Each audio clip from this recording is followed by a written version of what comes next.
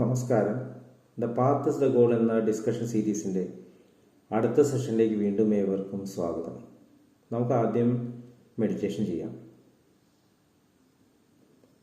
കണ്ണുകൾ അടച്ച് ശാന്തമായിരിക്കൂ.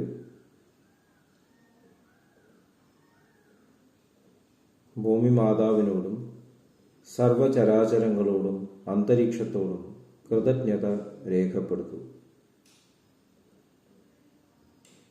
ഭൂമി മാതാവിൽ നിന്നുമുള്ള ഹീലിംഗ് എനർജി കാലുകളിലൂടെ പ്രവേശിച്ച് ശരീരം മുഴുവൻ വ്യാപിക്കുന്നതായും ശരീരത്തിലെ എല്ലാ ഭാഗങ്ങളെയും എല്ലാ കോശങ്ങളെയും റിലാക്സ് ചെയ്യാൻ സഹായിക്കുന്നതായും അനുഭവിക്കൂ.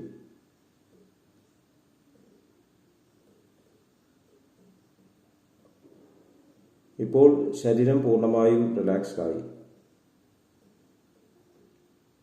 ഈ റിലാക്സേഷൻ ഹൃദയത്തിൽ അനുഭവിക്കൂ.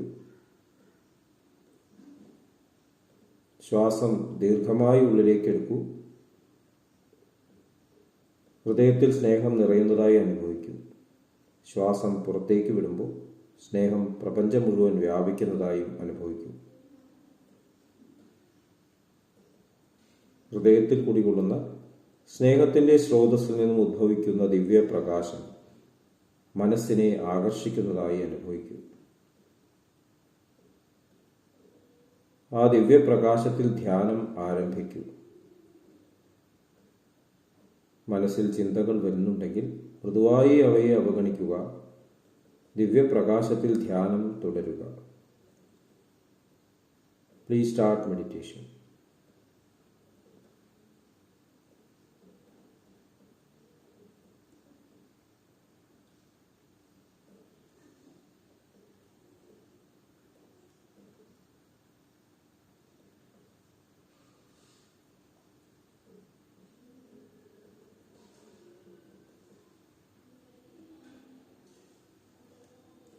ഓക്കെ, കണ്ടീഷൻ ഹൃദയത്തിൽ നിലനിർത്തി പതുക്കെ കണ്ണുകൾ തുറക്കൂ. എല്ലാവരെയും വീണ്ടും ഹാർദമായി ഹാർട്ട്ഫുൾനെസ് സഹജമാർ മെഡിറ്റേഷൻ സിസ്റ്റത്തിലേക്ക് സ്വാഗതം ചെയ്യുന്നു. എങ്ങനെ ജോയിൻ ചെയ്യാം എന്നത് ഡിസ്ക്രിപ്ഷൻ ബോക്സിൽ കൊടുത്തിട്ടുണ്ട്. ഈ പ്രപഞ്ചത്തിൻ്റെ നിലനിൽപ്പിൽ ആശയവിനിമയത്തിൻ്റെ പ്രാധാന്യത്തെക്കുറിച്ചാണ് നമ്മൾ ഡിസ്കസ് ചെയ്യുന്നത്. ആ ഒറിജിനൽ സ്രോതസ്സിൽ നിന്നും ഡിവൈനായിട്ടുള്ള സ്രോതസ്സിൽ നിന്നും ഫ്ലോ ശബ്ദ എന്നുള്ള രൂപത്തിൽ പ്രപഞ്ചത്തിലൂടെ പ്രവഹിക്കുന്നു. ആ പ്യൂറായിട്ടുള്ള ആ ശബ്ദ അതുതന്നെയാണ് പിന്നീട് മനസ്സും എനർജിയും മാറ്ററുമായിട്ട് മാറുന്നത്. അപ്പോൾ ആ പ്യൂറായിട്ടുള്ള ആ തലം അത് എപ്പോഴും ആക്സസിബിൾ ആണ് എന്നുള്ളത് നമ്മൾ മനസ്സിലാക്കി. ഇപ്പം എന്താണ് ഈ ക്രിയേഷൻ്റെ ഉദ്ദേശം? ആ ഒറിജിനലായിട്ടുള്ള ആ ഫ്ലോ മെറ്റീരിയൽ ആയിട്ടുള്ള ഈ ഡയമെൻഷനിലൂടെ സ്വയം മാനിഫെസ്റ്റ് ആയിക്കൊണ്ടിരിക്കുകയാണ്. കമ്മ്യൂണിക്കേഷൻ ഒറിജിനലായിട്ടുള്ള ആ സോഴ്സ് തൻ്റെ ഉള്ളിലുള്ള അങ്ങനെ മനസ്സിലാക്കാം. ആ പ്യൂരിറ്റി പ്രപഞ്ചത്തിലൂടെ പ്രകടമാക്കുകയാണ്. കൂടുതൽ കൂടുതൽ പ്രകടമാക്കിക്കൊണ്ടിരിക്കുകയാണ്. അപ്പം അതാണ് എവല്യൂഷൻ എന്ന് നമ്മൾ മനസ്സിലാക്കേണ്ടത്. മാറ്റർന്ന് പിന്നീട് സസ്യങ്ങളും മൃഗങ്ങളും ഒക്കെയായി മാറി, പിന്നെ മനുഷ്യനായി. അപ്പോൾ ഉയർന്ന തലത്തിലുള്ള ഒരു ആശയവിനിമയം സാധ്യമാവുകയാണ് ഈ എവല്യൂഷനിലൂടെ. അപ്പോൾ സ്നേഹത്തിൻ്റെ ഫ്ലോ ഇതാണ് ആശയവിനിമയം. മനുഷ്യന്റെ തലമെത്തുമ്പോഴാണ് ഈ സ്നേഹം കമ്പാഷനായിട്ട് മാനിഫെസ്റ്റ് ചെയ്യാൻ സാധിക്കുന്നത്. അതുവരെ കമ്പാഷൻ ഇല്ല. അപ്പോൾ ഒരു വോളണ്ടറി തലത്തിൽ, സന്നദ്ധതയുടെ തലത്തിൽ ആ സ്നേഹത്തെ തൻ്റെ ചിന്തകളിലൂടെയും വാക്കുകളിലൂടെയും ഫ്ലോ ചെയ്യാൻ അനുവദിക്കാൻ മനുഷ്യന് മാത്രമേ സാധിക്കൂ. മനുഷ്യൻ്റെ പ്രോഗ്രസിൻ്റെ ചരിത്രം എടുത്ത് നോക്കിക്കഴിഞ്ഞാൽ എല്ലാ ഘട്ടങ്ങളിലും ഒരു ഹയർ തലത്തിലുള്ള ഒരു കമ്മ്യൂണിക്കേഷൻ ലഭിച്ചിട്ടുണ്ട്. അങ്ങനെയാണ് മനുഷ്യൻ പുരോഗമിക്കുന്നത്. നമ്മുടെ ശ്രമം കൊണ്ടല്ല മനുഷ്യൻ പുരോഗമിച്ചിട്ടുള്ളത്. എപ്പോഴും എന്തെങ്കിലും ഒരു പെട്ടെന്ന് റെവലേഷൻ ഉണ്ടാവും. ആ സമയമാകുമ്പോൾ റെവലേഷൻ ഉണ്ടാവും. അതിൽ പ്രിപ്പയർഡ് ആയിട്ട് ആൾക്കാർക്ക് ആ റെവലേഷൻ ഉണ്ടാവും. നമ്മുടെ ചരിത്രത്തിൽ മനുവിന് ലഭിച്ച റെവലേഷൻ, നോവയ്ക്ക് ലഭിച്ച റെവലേഷൻ, അതുപോലെ നമ്മുടെ ഋഷിമാർക്ക് ലഭിച്ച റെവലേഷൻ, അതാണ് ഇപ്പോൾ വേദങ്ങളും ഉപനിഷത്തുകളും ഗ്രന്ഥങ്ങളും ഒക്കെ ആയിട്ട് ലഭിച്ചിരിക്കുന്നത്. അവർക്ക് ആ റെഡി ആയിട്ടുള്ള തരത്തിൽ റെവലേഷൻ ലഭിക്കുന്നു, അവരത് നൽകുന്നു. അപ്പം അത് സ്വീകരിക്കാൻ പറ്റുന്നവർ പെട്ടെന്ന് തന്നെ സ്വീകരിച്ചിട്ട് അവരും പ്രോഗ്രസ് ചെയ്യും. അത് സ്വീകരിക്കാൻ പറ്റുന്ന തലത്തിലാണ് സ്വീകരിക്കുന്നത്. ഇപ്പോൾ നമുക്കറിയാം മോഡേൺ സയൻസിന്റെ ഡിസ്കവറീസ് എല്ലാം ഈ തരത്തിൽ റെവലേഷനിലൂടെയാണ് നടന്നിട്ടുള്ളത്. ചക്രത്തിന്റെ കണ്ടെത്തൽ, തീയിന്റെ കണ്ടെത്തൽ, തീ ഉപയോഗിക്കാൻ എങ്ങനെയാണ്, അതെവിടെ ഉണ്ടായിരുന്നു. അതുമാതിരി കാറ്റ് എങ്ങനെയാണ് ഉപയോഗിക്കേണ്ടത്, സൗരോർജ്ജം എങ്ങനെയാണ് ഉപയോഗിക്കേണ്ടത്, വെള്ളം എങ്ങനെയാണ് നമ്മൾ കണ്ടെത്തുക, മണ്ണിന്റെ അടിയിലുണ്ട്, സ്റ്റോറി എങ്ങനെയാണ്, അതുപോലെ തന്നെ എനർജി വെള്ളത്തിൽ നിന്ന് എങ്ങനെ ഹാർവെസ്റ്റ് ചെയ്യണം, ഗ്രാവിറ്റേഷണൽ ഫോഴ്സ്, പ്രപഞ്ചത്തിന്റെ അടിസ്ഥാനമായിട്ടുള്ള ശക്തി ഗ്രാവിറ്റേഷൻ, ഈ ഗ്രാവിറ്റേഷൻ ഫോഴ്സിനെ എങ്ങനെ മറികടക്കണം, ടെലി കമ്മ്യൂണിക്കേഷൻ, മോഡേൺ മെഡിസിനിലുള്ള ഓരോ മെഡിസിനും എല്ലാം ഇവിടെ തന്നെ ഉള്ളതാണ്, പുറത്തുനിന്ന് വന്നൊന്നുമല്ല. ഈ പ്രപഞ്ചത്തിലുള്ള കാര്യങ്ങൾ റിവീൽ ചെയ്യപ്പെടുന്നതാണ് ആ സമയമാകുമ്പോൾ. അതിന് തയ്യാറാക്കപ്പെട്ട വ്യക്തികൾ, ബാലൻസ്ഡ് മനസ്ഥിതിയുള്ള സെൽഫ്ലെസ് ആയിട്ടുള്ള ആൾക്കാരിലൂടെ അത് പ്രകടമാകുന്നു. അപ്പോൾ അത് ഒരു മേഖലയിൽ നമ്മുടെ ഭൗതിക ജീവിതത്തിൽ അത് ഉപയോഗിക്കാൻ സാധിക്കും. ആധ്യാത്മിക മേഖലയിലുള്ള റെവലേഷൻസ് അനവധിയാണ്. അത് സാധാരണ ആൾക്കാർക്ക് പലപ്പോഴും മനസ്സിലാവില്ല. അത് അപ്രാപ്യം എന്നുള്ള അവരെ നമ്മൾ സാധാരണക്കാരായിട്ട് കരുതുന്നില്ല. ഋഷിമാരൊന്നും സാധാരണക്കാരല്ല എന്നാണ് നമ്മൾ കരുതുന്നത്. പക്ഷേ നമ്മുടെ സ്ക്രിപ്റ്റേഴ്സ് എടുത്ത് നോക്കിക്കഴിഞ്ഞാൽ പണ്ടത്തെ കാലത്തെ ശാസ്ത്രജ്ഞന്മാരെല്ലാം ഋഷിമാർ തന്നെയാണ്. ഗണിതശാസ്ത്രമായാലും അതുപോലെ തന്നെ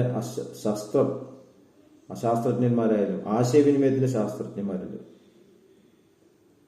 അതുപോലെ തന്നെ അസ്ട്രോണമി, ആര്യഭട്ടനും ഭാസ്കരാചാര്യരും അവരെല്ലാം ഋഷിമാരായിരുന്നു. അപ്പോൾ ഇത് രണ്ടും ഒരുപോലെ ആയിരുന്നു പഴയ കാലത്ത് പോയിരുന്നത്.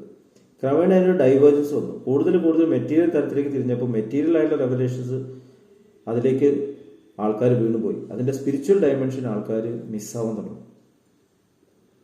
അപ്പോൾ ആശയവിനിമയത്തിന്റെ ആ യഥാർത്ഥത്തിലുള്ള ആവശ്യം, എന്തിനാണത് ചെയ്യപ്പെടുന്നത്, എന്തിനാണ് ആ ഫ്ലോ നമുക്ക് കൂടുതൽ അറിവ് നൽകുന്നത് എന്നുള്ളത് മനുഷ്യൻ വിസ്മരിച്ചു പോയിരിക്കുകയാണ്. അതെന്തിനാണ് അങ്ങനെ മനുഷ്യൻ തയ്യാറാക്കിക്കൊണ്ടിരിക്കുന്നത്?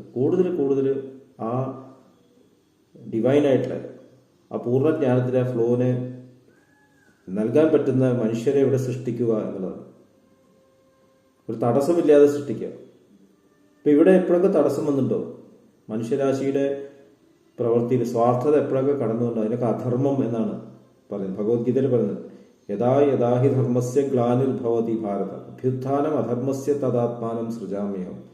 അപ്പൊ അങ്ങനെയുള്ളൊരു ഡിവൈനായിട്ടുള്ള ആ ഫ്ലോയില് സ്വാർത്ഥത കാരണം, മനുഷ്യന്റെ സ്വാർത്ഥത, വേറൊരു ജീവിക്കില്ല, മനുഷ്യന്റെ സ്വാർത്ഥത കാരണം എപ്പോഴൊക്കെ പ്രശ്നം ഉണ്ടാവുന്നു അത് കറക്റ്റ് ചെയ്യേണ്ടി വരികയാണ്. ആണ് അവതാരങ്ങൾ ഇറങ്ങി വരേണ്ടി വരുന്നത്. അത്രയും ഗ്രോസ് ആയിട്ടുള്ള പ്രശ്നങ്ങൾ ഉണ്ടാകുന്നു. അപ്പൊ അതിന്റെ പോരായ്മ എവിടെയാണ്? മനുഷ്യന്റെ ഉള്ളിലായിരുന്നു.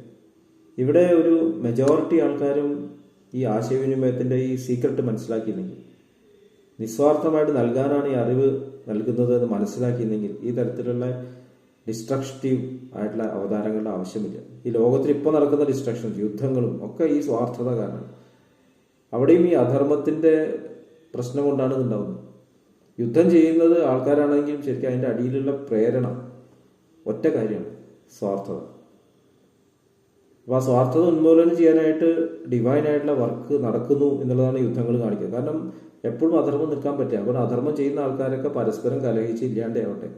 അതിൻ്റെ ഇടയ്ക്ക് പാവം കുറെ നേർവഴിക്ക് നൽകുന്ന ആൾക്കാരും ജീവിതം നഷ്ടപ്പെട്ടു എന്ന് വരാം. പക്ഷെ അവരിവിടെ സ്നേഹത്തിന്റെ പ്രാധാന്യം നൽകിയിട്ടാണ് ഇവിടുന്ന് പോകുന്നത്. മഹാത്മാഗാന്ധിജിയെ പോലെയുള്ള മഹാന്മാർ അവിടുന്ന് കടന്നു പോകുമ്പോൾ അവർ നൽകുന്ന ആ സ്നേഹത്തിന്റെ സന്ദേശം ഇവിടെ എപ്പോഴും ഉണ്ട്. പിന്നെയും കണക്ട് ചെയ്യുന്നു. നോൺ വയലൻസ് ആണ് ഇമ്പോർട്ടൻ്റ് എന്ന് ആൾക്കാർ ചർച്ച നടത്തും. പക്ഷെ അതിലേക്ക് പോകാൻ പറ്റുന്നില്ല. ഇപ്പോൾ ഒരു കാലത്ത് ഈ സിദ്ധാന്തങ്ങൾ, സ്നേഹത്തിന്റെ ഈ സിദ്ധാന്തങ്ങൾക്ക് പ്രാധാന്യം വരുന്ന ഒരു ലോകം വരും. അവിടേക്കാണ് ഹാർട്ട്ഫുൾനെസ് കമ്മ്യൂണിക്കേഷൻ പ്രവർത്തിക്കുന്നത്. ഹാർട്ട്ഫുൾനെസ് സിസ്റ്റം ഓരോ അഭ്യാസിയെയും ഡിവൈനായിട്ടുള്ള കമ്മ്യൂണിക്കേഷനിലേക്ക് കണക്ട് ചെയ്യാൻ സഹായിക്കുന്നു. തൻ്റെ ഉള്ളിലുള്ള അധർമ്മങ്ങൾ, അതായത് വ്യതിചലനങ്ങൾ, അതൊക്കെ ക്ലീനിങ്ങിലൂടെ മാറ്റിയിട്ട് ഉള്ളിലേക്കുള്ള ആ ഫ്ലോയിലേക്ക് ട്രാൻസ്മിഷനിലേക്ക് കണക്ട് ചെയ്തിട്ട് ജീവിതത്തെ പ്യൂരിഫൈ ചെയ്യാൻ ഉള്ള അവസരം നൽകുകയാണ്.